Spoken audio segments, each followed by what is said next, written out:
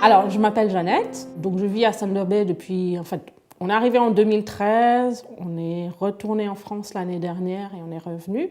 Mais on voulait quand même revenir parce que justement, nous, en tant que personnes, en tant qu'adultes, on a quand même l'opportunité ici de réaliser certains rêves qu'on ne pouvait plus réaliser en France.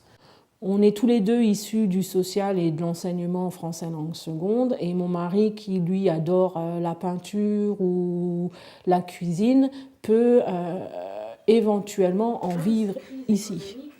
Pour petit exemple, l'année dernière, tous les deux on retravaillait et des fois pendant une semaine on ne se voyait pas.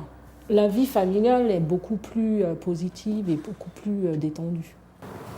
Et ici, j'ai retrouvé un peu plus de sérénité et où j'ai pu aussi explorer d'autres choses que je ne pouvais pas forcément faire en France. Alors, je ne sais pas trop pourquoi on se met des barrières, mais ici, voilà, j'ai dit, je recommence une nouvelle vie, mais alors je la recommence autrement et je fais les choses que j'ai toujours voulu faire depuis que je suis petit, quoi. Donc, la peinture, je fais un peu de cuisine et puis voilà, je prends la vie un peu différemment. C'est mon domaine, c'est ma pièce. C'est l'endroit où, voilà, quand j'ai besoin de me décharger un peu émotionnellement, c'est ici que je viens.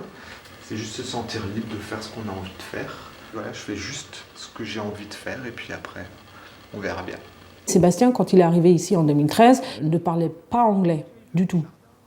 Donc du coup, pour lui, la communauté francophone a été très très importante. Il est allé à l'AFNO pour avoir des informations et puis petit à petit, voilà, l'AFNO a présenté le club français pour les activités, le centre francophone pour tout ce qui est médical, ELAID, Centrel. Voilà, du coup, on a commencé à rentrer dans ce petit monde franco-ontarien par besoin.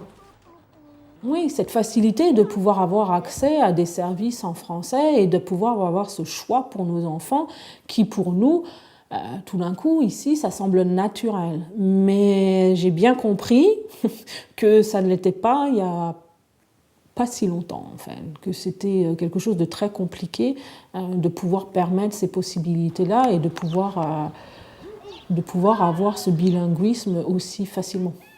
C'est quelque chose que nous, on commence doucement à appréhender, là, après 3 ans effectifs sur Thunder Bay. C'est toute cette histoire-là des Franco-Ontariens qui ont vraiment dû se battre pour permettre ce que nous, on vit maintenant.